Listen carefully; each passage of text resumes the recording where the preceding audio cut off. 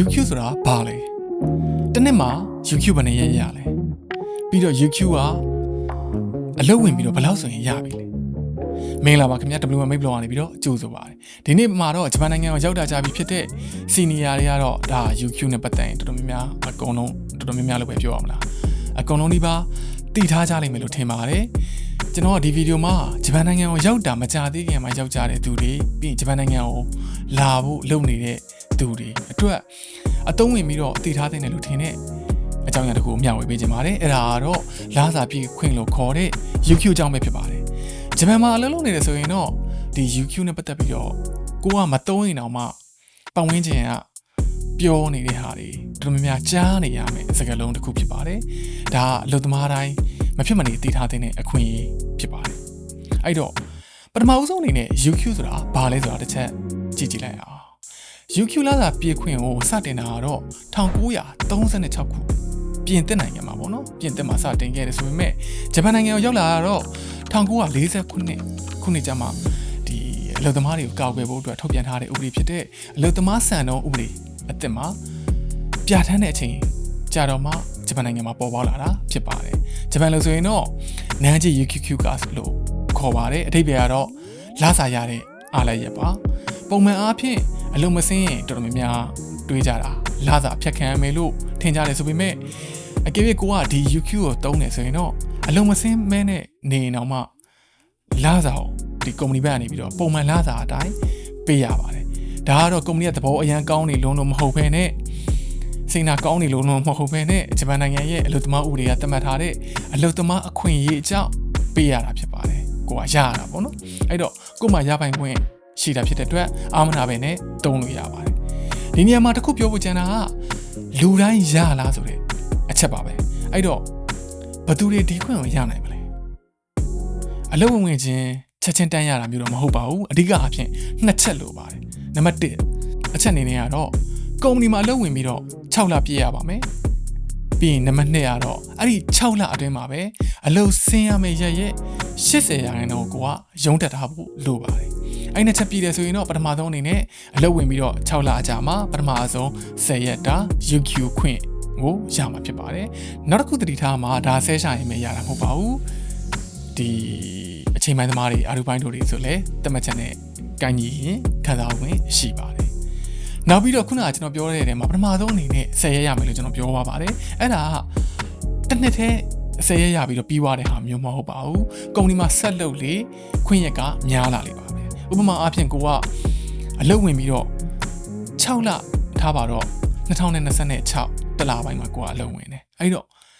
6လအကြာ9လပိုင်းနားလောက်မှာ10ရက် UQ စာရတယ်အဲ့ဒါဒီ2029 9လပိုင်းနာပေါ့နော်အလုပ်ဝင်ပြီးတော့တစ်နှစ်ခွဲအကြာဒီ UQ ရတာ ਨੇ ရှင်တော့တွက်မယ်ဆိုရင်တော့တစ်နှစ်နောက်တစ်နှစ်အကြာကြာရင်17ရက်အဲ့ဒါမှနောက်တစ်နှစ်ထပ်ပေါင်းတယ်ဆို12ရက်အဲ့လိုမျိုးတစ်ဖြည်းဖြည်းတိုးသွားတာဖြစ်ပါတယ်အများဆုံးကတော့တစ်နှစ်ကို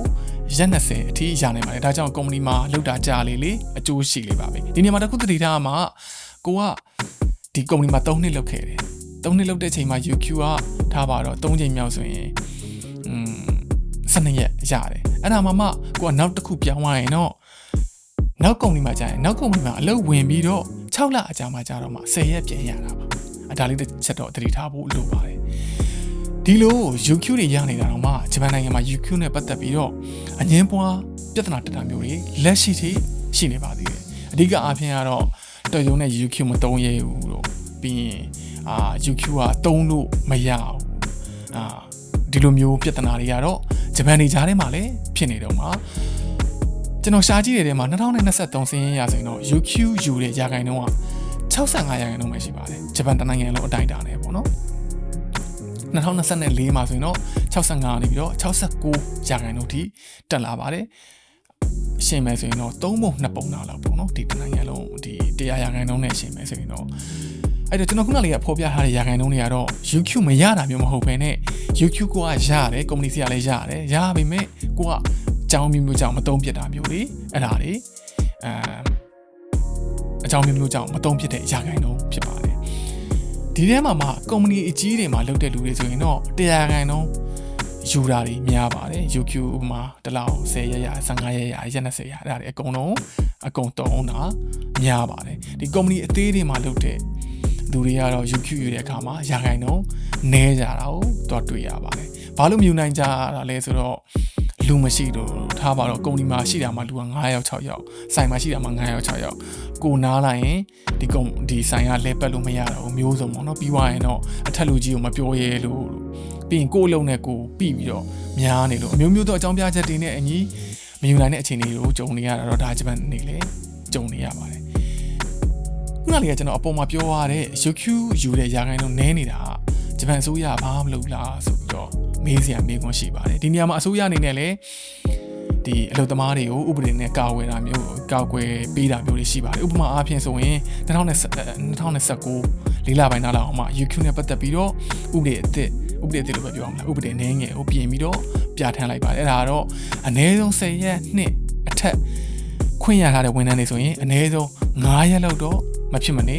ယူရပါမယ်9ရက်လောက်တော့ဆိုတာထက်9ရက်မဖြစ်မနေယူရပါမယ်ဆိုပြီးတော့ပြဋ္ဌာန်းထားပါတယ်အဲ့တော့ company ဘက်ကနေပြီးတော့လေဝန်ထမ်းကို9ရက်နားခိုင်းဖို့အတွက်တစ်နှစ်မှာပေါ့နော်9ရက်နားခိုင်းဖို့အတွက်မဖြစ်မနေသူ့အနေနဲ့တာဝန်တစ်ခုအနေနဲ့ရှိပါတယ်အဲ့တော့မနားခိုင်းရင် company အနေနဲ့လေဒဏ်ငွေဆောင်ရတာမျိုးတွေဖြစ်နိုင်ပါတယ်ဒါကြောင့်အလုပ်ရှင်ကနေပြီးတော့အခွင့်ပါဆိုပြီးတော့ပြောလာတယ်ဆိုရင်တော့အာဏာစရာမလိုပဲနဲ့ခွင့်ယူစရာရှိတာယူပါပြီးတော့အလုပ်ရဲ့လိုအပ်ချက်ရကုမ္ပဏီဘက်ကနေပြီးတော့လဲဒီရက်လေးတော့ UQ ယူပေးပါဆိုပြီးတော့ online ကိုလုပ်တာမျိုးတွေလည်းရှိနိုင်ပါတယ်ပြီးတော့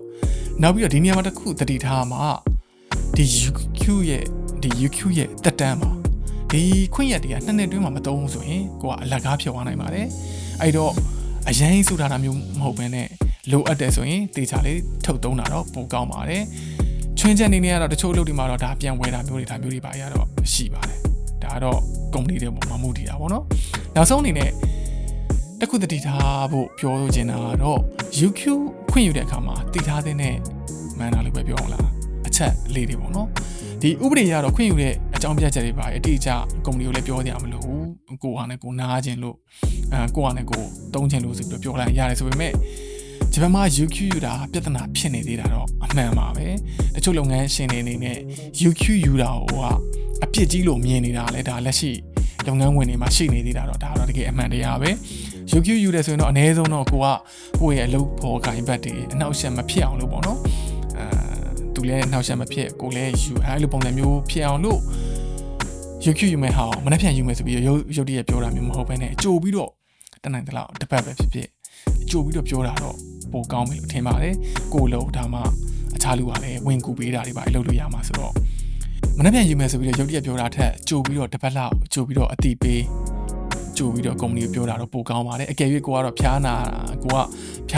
တာဒါမျိုးဆိုရင်တော့ဒါတော့ကိစ္စတစ်ခုပေါ့နော်အဲ့တော့ဒီလောက်ဆိုရင်တော့ကျွန်တော်ရှင်းပြသွားတဲ့အချက်တွေပုံမှန်မူတည်ပြီးတော့ဂျပန်နိုင်ငံရဲ့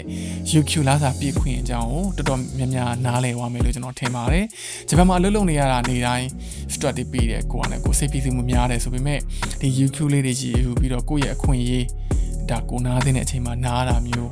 ဒါခီးတွေထွက်တာမျိုးပဲဖြစ်ပေါ့နော်ကောင်းကောင်းအနားယူတာတော့ပိုကောင်းပါတယ်